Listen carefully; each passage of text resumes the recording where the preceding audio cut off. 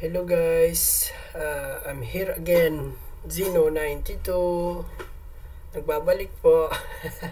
So ngayon guys, pag-uusapan na naman natin, gagawa na naman tayo ng ating pag-uusapan. So ang topic natin ngayon guys, yun pa rin, yung nauna, pag-aralan natin ang Adobe Photoshop CS5. So ngayon guys, start na tayo, hindi na tayo magpapaligoy-ligoy pa para madali. Yan. So guys, unang-una dito, pindutin natin ng Adobe Photoshop, click natin tong software natin, okay natin para mabilis at magbibigay lang tayo guys dito ng konting tips o kaalaman ng ating Adobe Photoshop, linalaman ng ating Adobe Photoshop. So guys, unang-una dyan, kung bago ka pa sa aking channel, don't forget to subscribe and click the notification bell para updated ka sa aking mga gagawing videos, tutorial o vlog. Kaya so ngayon guys, wag mo nang yan, pindutin mo na yan para updated ka sa aking mga i-upload ng mga videos. So ngayon guys, unang-una dito na tayo sa ating software sa Adobe Photoshop. So ngayon guys, pag-aaralan natin tong interface ng ating Adobe Photoshop. So ngayon guys, unang-una pagbukas ng ating Adobe Photoshop, yan po ang ating makikita. Ito po ang ating makikita. So lahat po nito guys, dito tayo kumukuha ng ating tools na ginagamit natin ito sa ating pag-i-edit ng ating mga videos, ating mga picture. So ngayon guys, andito tayo sa ating laman ng ating Photoshop. Kung pag-uusapan natin dito guys, unang-una ang kanyang tools. Ito pong layer po na ito, ito po yung tools ng ating Adobe Photoshop. Dito ka po kukuha o dito po tayo kumukuha ng ating mga ginagamit sa ating pag-i-edit. Ito po yung kanyang tools. At ang kanyang menu naman po ay dito po sa taas. Yung file, edit, image, layer. Yan po ang kanyang, at ito pa pong iba. Yan po ang kanyang menu.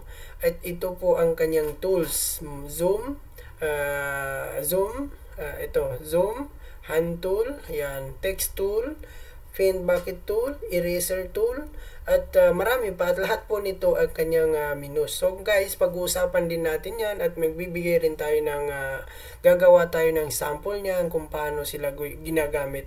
Yung mga useful lang po at yung mga ginagamit lang po lagi ang ating maituro sa ating ginagamit araw-araw o ating ginagamit sa paggawa ng mga editing video picture. So ngayon guys, dito na naman tayo sa pangatlong tools. Ito po ang dito po sa kanan, ito po ang kanyang layer po. Ito po yung layer po ng ating mga ginagawa. Yung ginagawa natin dito po natin yan makikita. Dito po sa layer na to, sa kanan po. Dito naman guys, dito po natin makikita ang dito po tayo kukuha ng color ng ating ginagawa sa mga ini-edit natin. At pwede ka rin kumuha dito sa ating ini-edit. Pwede ka rin kumuha dito ng iyong ini-edit picture, color ng iyong ini-edit. So ngayon guys, yan lang ang ating interface ng ating Adobe Photoshop. So walang dali lang po yan at lagi mo lang tandaan guys yung mga tools para madali mo siyang mahanap at madali lang yan guys, madali lang itong Adobe Photoshop gamitin. So ngayon guys, thank you so much sa panonood at maraming salamat. Sana po ay nakaano tayo ng konting kaalaman o videos na nakapagbigay tayo ng konting kaalaman sa ating Adobe Photoshop at magbibigay pa tayo ng konting tips. So ngayon guys, gagawa tayo ng sample guys. Gagawa tayo ng document sa ating Adobe Photoshop. So ngayon guys, pag ikaw ay gagawa ka ng document, unang-una guys, pumunta ka lang dito sa file, new, at ito na guys, dito. Ikaw dito, maglalagay ka ng title, kung ano yung gagawin. Dito po ang preset mo ay custom. Kung mamili ka dyan kung ano yung iyong ilalagay. At dito mo siya kung ano yung laki, ano yung haba, dito mo rin siya ilalagay. Width at height po, dito ka maglalagay. Ang resolution naman, dito ka rin maglalagay. Ang color, lagi mong ilagay guys, ang RGB color para ikaw yung mamili kung ano yung ilalagay mong color. So guys, okay, wala ka nang babaguhin dyan dito guys. Okay mo lang yan. Matic na yan. Yan, so ngayon guys, andito ka na. Nakagawa ka na ng iyong pag-i-edit. Kung ano yung gusto mong i-edit dyan, magagawa mo guys. Unang-una, magbibigay tayo ng sample. At so guys, don't forget to subscribe guys kasi marami pa tayong ibibigay na tips sa ating mga kapatid at marami pa tayong sample na gagawin dito. Ang gagawa lang tayo ng sample kung paano mag-work ang ating Adobe Photoshop. So ngayon guys, gagawa tayo ng sample dito. Lagyan natin to ng color guys. Pag ikaw ay maglalagay ng color, pumunta ka lang dito sa iyong unang-una pumunta ka sa color. Pindutin mo yan. So ngayon guys, maghanap ka ng gusto mong ilagay dyan. Ganyan. Sample, pula. Sample, pula. Pindutin mo lang yan. Okay. Tapos pumunta ka sa pin bucket tool. Tapos, i-click mo lang dito guys. So, ngayon guys, ganun lang. At pangalawa dito guys, kung ikaw ay gagawa na naman, ibabalik natin sa puti. Palitan natin yan ng puti guys. Yan lang po mag-work ang ating Adobe Photoshop. So, ngayon guys, magsasample naman tayo ng isa. At ang ating gagawin, gagawa tayo ng sulat dito. Para makita, palitan natin yan ng puti ha. Palitan natin ng puti. So, ngayon guys, yan, puti na guys ang ating document. So ngayon guys, magagawa tayo ng sulat. Gagawa tayo ng lalagyan natin to ng letra o magsusulat tayo dito sa ating papel. Kunin natin ang ating tools na kunin natin ang tools natin at ito siya pag text tool lang kukunin natin. Letrang T. Ayan. Kunditin lang natin to at dito tayo. Tapos ganyan guys, pumili tayo kung anong gusto nating kulay. So ngayon guys, pula ang hanapin natin o ilalagay natin para makita. Yan, magagawa. So ngayon guys, itong gagawin natin na to at pwede natin to ilagay sa ating YT account gaya ng 2x2 o ano diyang ilalagay mo. So ngayon guys, maggagawa tayo dito ng sulat. Ito. Gagawa tayo ng sample. Yan. Itapat natin dito guys. Ngayon ang ating sample. Dito guys sa taas, ang ating menu dito natin siya makikita. Dito, lagi mong tandaan ang menu ng ating Adobe Photoshop dito sa taas. Ikaw yung mamimili kung ano yung style. Yan. Diyan ka mamili. Diyan kayo mamimili guys ng kung ano yung ilalagay mo. Yan. Para makita. Ayan. Ay, malaki. Laki naman nun. Ito lang guys. Dito lang tayo sa maliit lang no. Para kitang kita. Yan, palakihin natin ng konti. Dito dyan, pila palaki guys, dito yung menu niya. Kung ano yung niya, type.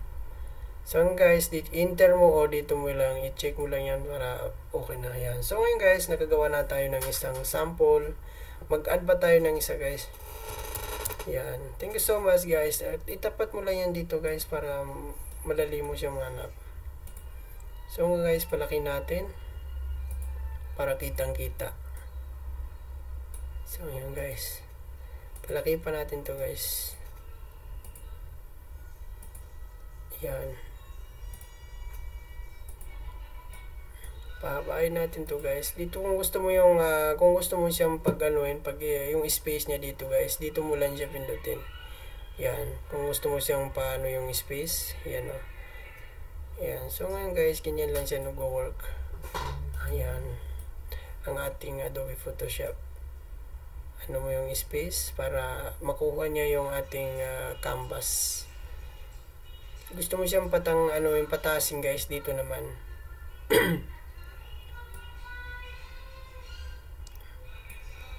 Yan.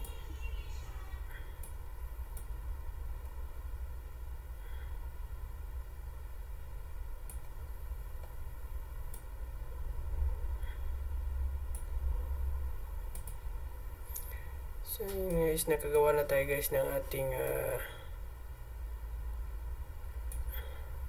sample. Yan. So guys, okay na yun guys. Okay na yung sample natin. So ngayon guys, isi-save na natin yan.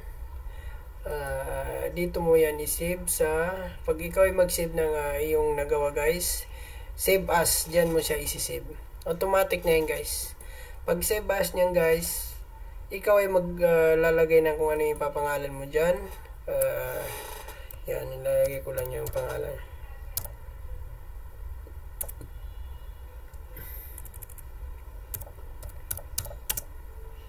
At lagi mo siyang i-save guys. Kung gusto mong i-edit pa yan, okay lang yung Photoshop PSD po. Pag gusto mo yung buksan na nakaganyan din at gusto mong i-edit pa siya uli, iganyan mo na siya guys kung gusto mong i-edit pa uli. PSD po. Pag gusto mo namang hindi na siya editable, pag fix na picture ang yung gagawin, i-save mo siya JPEG. Ayan. Tapos mamili ka kung saan mo siya gustong ilagay. Piliin mo dito kung saan mo yung gusto. Dito. So guys, dito tayo mag-save ng ating mga ginagawa dito sa ating may thumbnail. So ngayon guys, dyan. Open. Yan. Click. Okay mo lang yan guys. So ngayon guys, nakagawa na tayo. Nakapag-open na tayo. Makikita natin yan dun sa ating ating file.